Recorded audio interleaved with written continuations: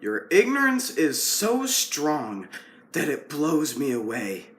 I can't believe that you'd have the fucking balls to insult one of the greatest artists of all time and to disrespect him at the same time. Your shitty music taste is not an excuse to act like this. I feel like I'm being lectured by Dwight Schrute. If you have nothing nice to say, don't fucking say it at all. That's a good philosophy to have there. Too bad you contradict it. Keep your stupid opinion to yourself. Nobody wants to hear your damn negativity. You don't have to disrespect him after he has died by insulting his music that he poured his soul into. The music that touched thousands of people and helped them. Go to hell, you sick fuck. I'm a sick fuck, I like a quick fuck. I like his idea that you can't insult him because he's dead. If he was alive, I could critique his music, but just because he's dead, I can't say a negative thing about it. But I guess I have to restate myself and more clearly. But basically, this is my opinion, right? This is completely just what I think, and that's it. It's just what I think. It's not because I have anything necessarily against him as a person. Like I said, in the Chris Brown video, I said it's out the window. Well, guess what? It's back in the window. Like I said, I'm not here to pretend I'm on a moral high ground and say that I'm the greatest person of all time. You know, I don't really care. It's just Chris Brown was one of the few exceptions. But anyway, like I said, this is all just my opinion. I don't really care on how you interpret it or how he intended it to be interpreted. This is how I interpret it, alright? This is how I experience and enjoy the music, or, in this case, don't enjoy the music.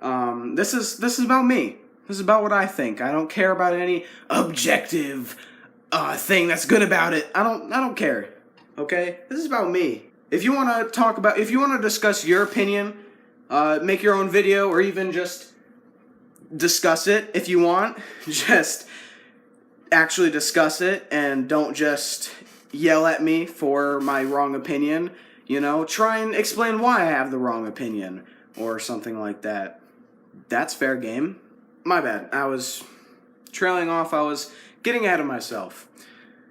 Hi everyone. Welcome to my review of Question Mark by XXXTentacion. I also reviewed his previous album, 17, in another one of the episodes of Bad Album Reviews. Despite X's immense legacy, unfortunately, the music he left behind, it's not really that good. But enough of the introduction.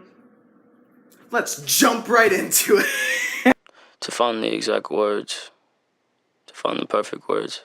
Much like his first album, X also begins off this album with a spoken word bit where he literally explains the goal of his album. Here's a little secret, bro. If you have to explain the purpose of your album, chances are its purpose isn't really that good. X also tries to stray off any criticism that can be thrown his way by saying that you just aren't open-minded enough, or that you're not open to experiencing the alternate sound, or some shit like that.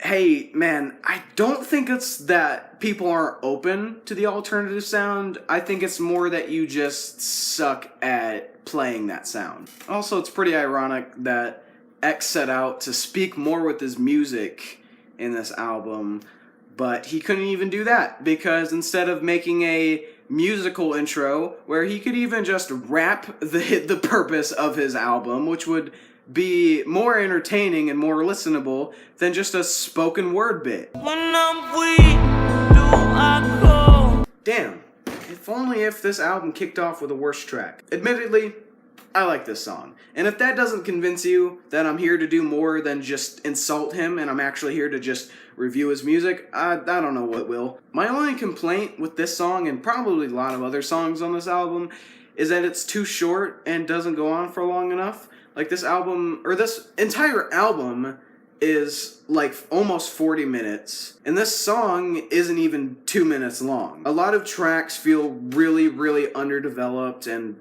unfinished, and probably have a lot of them have a great concept, but just aren't fleshed out at all, which is really unfortunate because for some of the songs that are actually pretty good, they aren't long enough to actually be enjoyable, and they end way too quickly, which also makes the entire album feel unfinished, which is not a good thing. As much as everyone else seems to like this song, I really don't. The production really irritates me. The song tries to switch up too many times, like just the whole direction of the song. It starts off kind of poppy, and then he starts kind of doing some low-key singing, and then it kind of it just shifts all over the place, and the beat doesn't shift with it. It just kind of stays static the whole time, and that really makes the whole song feel really unfinished. And I guess if the instrumental was good, then I would probably be like, yeah, sure, I'm fine with that, but because it's really annoying and irritating, that just puts me off from the whole song. So, yeah. And also, it's barely even 2 minutes long as well, so it also doesn't naturally flow into other parts of the song. They just kind of mash together. I'm sad, I know ya. I'm sad, I know ya. Ah, yes, the song that had a posthumously Posthumous music video release. Yeah, yeah, I like this song, admittedly. Although the lyrics, they're a little they're kind of fake deep. Like, they're not entirely fake deep. They're just kind of semi-fake deep, if you know what I'm talking about. I don't know, it's whatever. This song is also pretty great. It's got a nice sad boy little aesthetic. The raps are pretty good. He's a good raps man. I will say so myself. So yeah, there's nothing really negative here to say. So Room 555 is kind of a return to form for X's kind of classic style of screaming with really distorted vocals and instrumentals, but it could be okay if, for one, the song was good, but it's not even on its own. But what makes it even worse and more insulting is that it's thrown in between two tracks that are they're at least trying to be emotional, right? But it's it's just a complete polar opposite of each other. Like, we have a sad song, then we have X screaming with distorted instrumentals and vocals, and then we go back to him singing and being an emotional sad boy. It just does not mix at all, and does not flow together at all. I don't know why he put it even on the track list alone, but I guess if he put the track list on there, it'd be okay. But what makes it even worse is that it's just thrown into the track list with no thought at all. Every single year, drowning in my tears. Holy shit, this song actually is a really great example of X being able to do those alternative sounds that he was talking about and actually be able to make them sound good. But unfortunately, the rest of his music isn't this good. So I guess we just get to enjoy this and not the rest of it. So we don't move calmly, never. This for my niggas trapped in cells like salmonella. Actually, another fantastic song on the album. Mostly because of Joey Badass, but I mean, even then, the instrumental is great. X does do some okay. He does some good for it. You know, he's not the highlight, but he doesn't make it bad.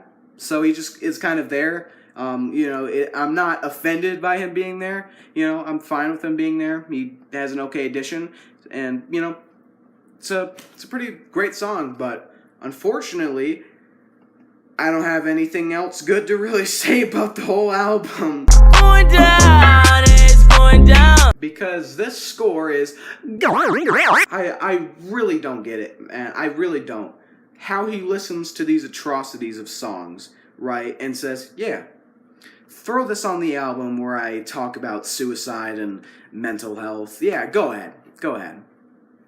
What the fuck, man?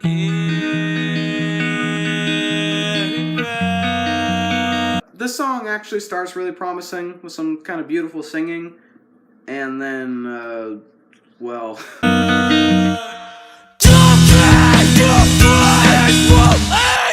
I actually remember the first time I listened to this album, I'm not even exaggerating or joking, but as soon as the screaming vocals came up, I actually laughed my ass off. I actually bursted out laughing when I first listened to this album, when that song came on. It was something else, man. It really was. Ooh, ooh, why you gotta sleep on my crew?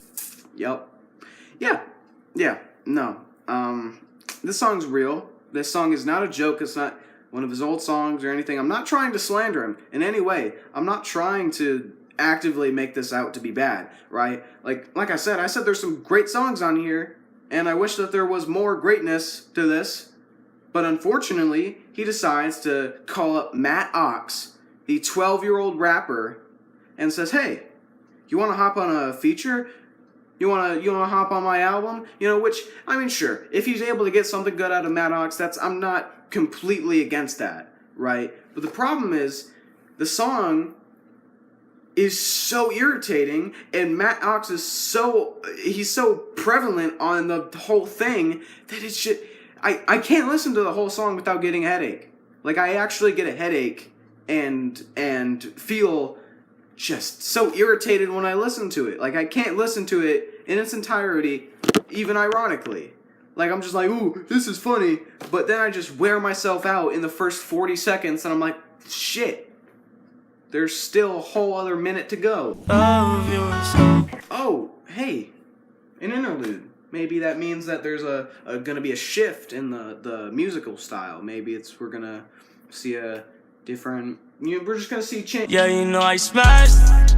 Yeah, I smashed. Yeah, shawty let me smash, so I put her in a pass. Yeah, I put her in a pass. I don't know why I expected anything to come out of this.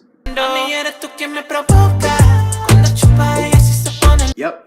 No, I didn't make up that title. That title that you just saw, that is the official title of this song. XXXTentacion got three Spanish pop singers to make a Spanish pop song on his album, and he called it, no cap, I'm not bullshitting you, he called it, I don't even speak Spanish, LOL. That's what he titled it. If you're going to try to incorporate different sounds, if you're going to be like, hey, let me take some Latin music and try and mesh it with my album, I'm not even against that, you know. And even then, like, this song probably isn't even that bad, you know. Like, even if I tried to listen to it all the way, I'd probably be like, yeah, sure, this is fine. This is not even that bad. But the problem is that just based on principle alone, this shit is, why is this on this album? I really don't get it. I really don't understand why he thought it would be a good idea to, for one, title it that, and also put it on this album. It doesn't make any fucking sense. And let alone, it also fades into another song, which kind of goes back to the whole original, at least what this album should be. You know, it kind of fades back into that, but it's like, oh my God. Baby, I don't understand this. You're changing, I can't stand it. Like, fucking God, there's at least somewhat of a return to normalcy. Like, this kind of shifts back into what it was, you know, and it's okay. It's, you know, I like it, I guess, you know.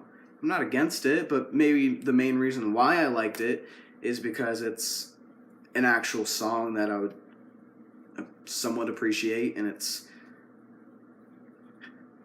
no more of the fucking atrocities of the middle section of this album. Holy fuck. Yeah, this song's really great too. It's a little weird that he dedicated it to the survivors of the Parkland shooting, even though the song isn't really related to it at all. It's sort of loosely related to it, and I guess if you're going to listen to it with that in mind, you could come across like, oh yeah, that makes sense. But I'm pretty sure this is just a song you already had cooked up, and he was just like, oh shit, well, let me just release it as a single since a tragic event happened. But I don't know why I'm shitting on it. I like this song, so.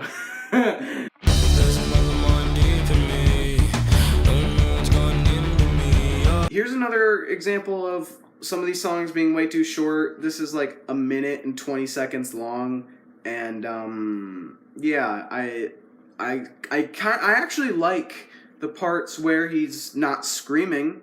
I actually like it a lot. But then he starts screaming, "Don't give up! Don't give up! Don't give up!" You just have to listen to it for yourself to really. I can't emulate it myself, but just in general, like, I get what he's trying to do, but he can't really capture that. He's not a very good screamer, really. He's not very good at it, but yeah, I guess I can still sort of appreciate it.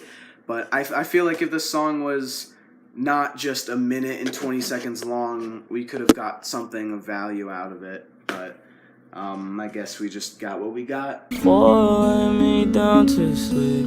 Pray the Lord my soul to keep. Somewhat of an underwhelming finisher. It's kind of just really low key and really quiet, and it kind of just fades. This song is kind of like, you know those songs that just kind of go on for a little while? Like, they kind of just repeat the instrumental for a while and then eventually just fade out. That's kind of what this finisher is, if it was just an entire song. Like, you barely notice that it's even a song. It just kind of goes by and then it kind of just fades away. Like, you know, you had a really climactic song and then it just kind of fades out. That's kind of what this song is. It just kind of is that fade out.